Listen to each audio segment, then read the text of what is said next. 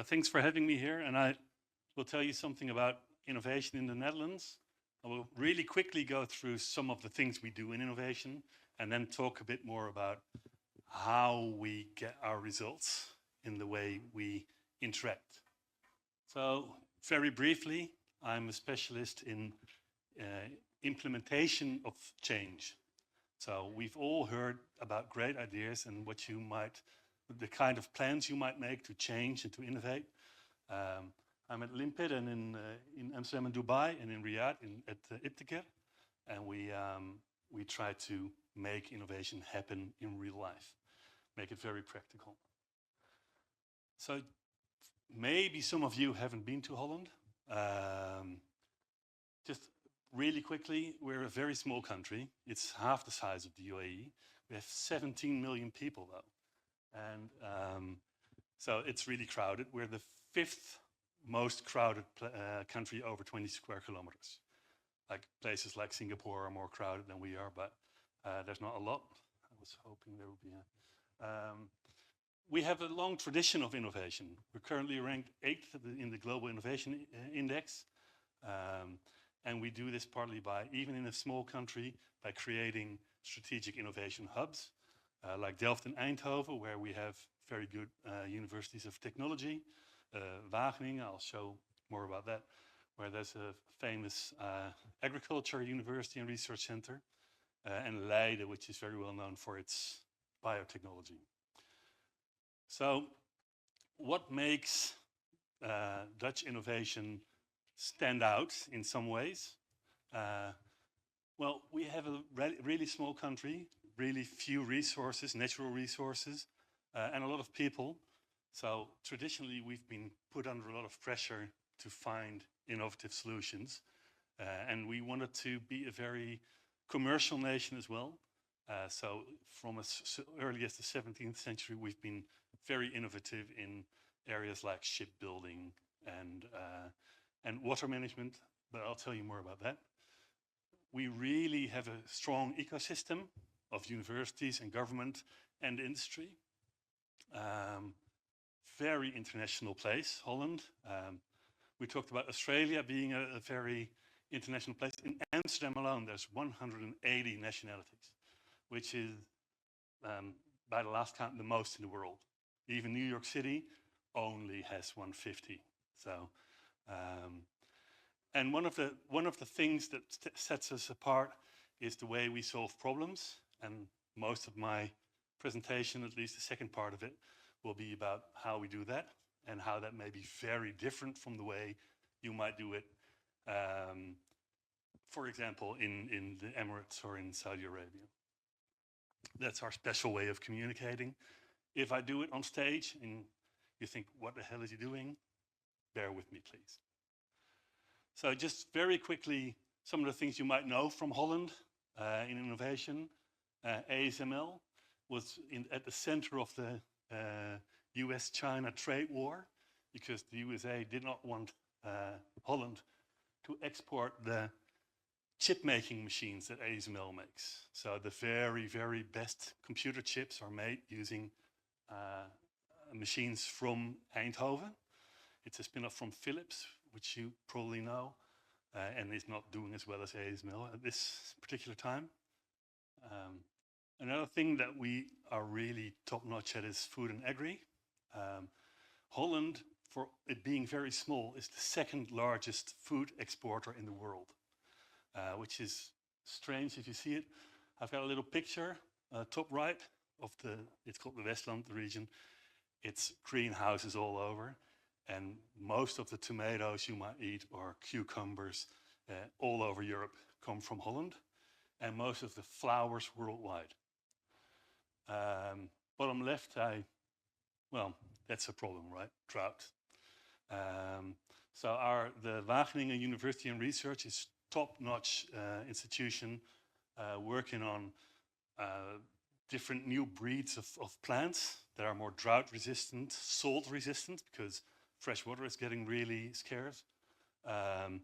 Vertical farming, everything to do with agriculture, you will find that Wageningen is right at the top. Another thing is biotech. So I actually know one of the founders of Mozambique, it's the one on the right, who create hamburgers in the lab. It's genetically, like it's beef cells, but they grow it in the lab. And the Leiden Bioscience Park, there's over 100 international-based companies who are in Leiden and do a lot of work in pharma especially. So a lot of you were talking about vaccines, but a lot of the vaccine development that you see nowadays starts in Leiden, usually before being bought by a British or American company. And finally, which is goes a long way to explain how we got to be the way we are, water. So all over the world, when there's a problem with how to manage water, they call the Dutch. I started off by saying something about a polder. The pointer doesn't work. So this is our traditional Dutch landscape. The mills, we use it to drain lakes and even the sea and create the land that we live and farm on.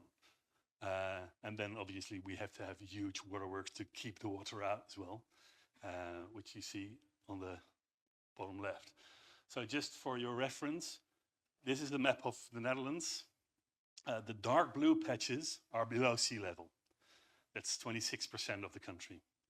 The light blue patches are not below sea level, but because of the rivers, if we didn't have any dikes, they would flood.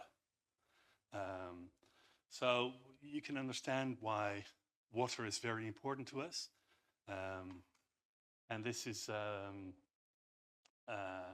so this is the reason, because we've done it for a long time, why we're really good at managing it. Let's go forward. And because we're always under a lot of pressure, because nature is out to get us by flooding us, we have a very different way of communicating than people in this region, for instance, may have. I don't know if you've ever encountered it in real life, but we tend to like clarity, even if it may seem not so polite. We are quick to work towards solutions, and we have a huge talent for distinguishing who says something and what they say. So that means that also in many organizations, we have a very flat hierarchy because we don't really care if you're the boss. If you're wrong, you're wrong. And if you're right, you're right. So that's very, very strange in a lot of countries. We like to call it clear. A lot of people call it blunt. And just a few examples, a lot of famous companies used to be, or a few, used to be British and Dutch jointly owned, Shell, Unilever, and we had to work with a lot of British people, and that was always funny. Because they would say things like, in innovation, that's a very brave suggestion.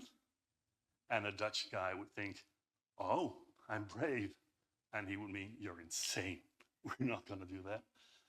So just a few examples, and I took the British because it's really easy, but we see this all the time. So one of the reasons, or one of the things that comes from our way of communicating is called the polder model. Once again, the polder is the land made dry, and it's the way we run our country. It's when we see opposing interests, we get them at the table together and we come to a solution that works. So different stakeholders, open dialogue, mutual respect, and as you saw maybe in the movie, taking this perspective of the other, which is in innovation is a big thing, right? We all know this. But we can build this on our mindset of being blunt, if you like. So why is this interesting to me anyway? One of the things that holds us back from change in general and innovation in particular is that we tend to run into taboos. And I will give you an example from Dutch practice. Some of you may have heard of this thing that the climate seems to be changing. So we have a long tradition of being very good at keeping water out of our country. But now circumstances have changed dramatically. So now we have years that it hardly rains at all, and we have too little water. We have to find ways to keep it in the country. And in other years, there's so much rain that even though we've got all the dikes, it still floods. So basically, these guys here are opening the dike, and they're flooding the polder, which is a thing that it has been unheard of in Holland for hundreds of years. So there's a lot of protests against us doing it. And it's a large societal scale thing, but you see taboos, they're unspoken, you run against prohibitions that you can't talk about. It's often unconscious, but because we don't discuss them, we stifle innovation. And this is one of the things we see in water management, that we know maybe that flooding the polder will be the best, but we don't want to go there. So closer to home to all of us, because you were talking about AI, for instance, and how it creates jobs, or not, like many people are worried about that. So take a different topic, and let's see about the taboos there. And so we're all supposed to love AI, right? Everybody's talking about Canva, you talked about, which is very AI-driven now, ChatGPT. But we find that a lot of people don't really like it, and they feel very uncomfortable talking about it because they just don't like it, they don't understand it, they prefer the human interaction, they're afraid for their job, they're afraid of the ethical implications of AI. And so if you don't address the taboos, it's going to be very hard to innovate, because people will say they will go with you, but they won't. And this is what happens.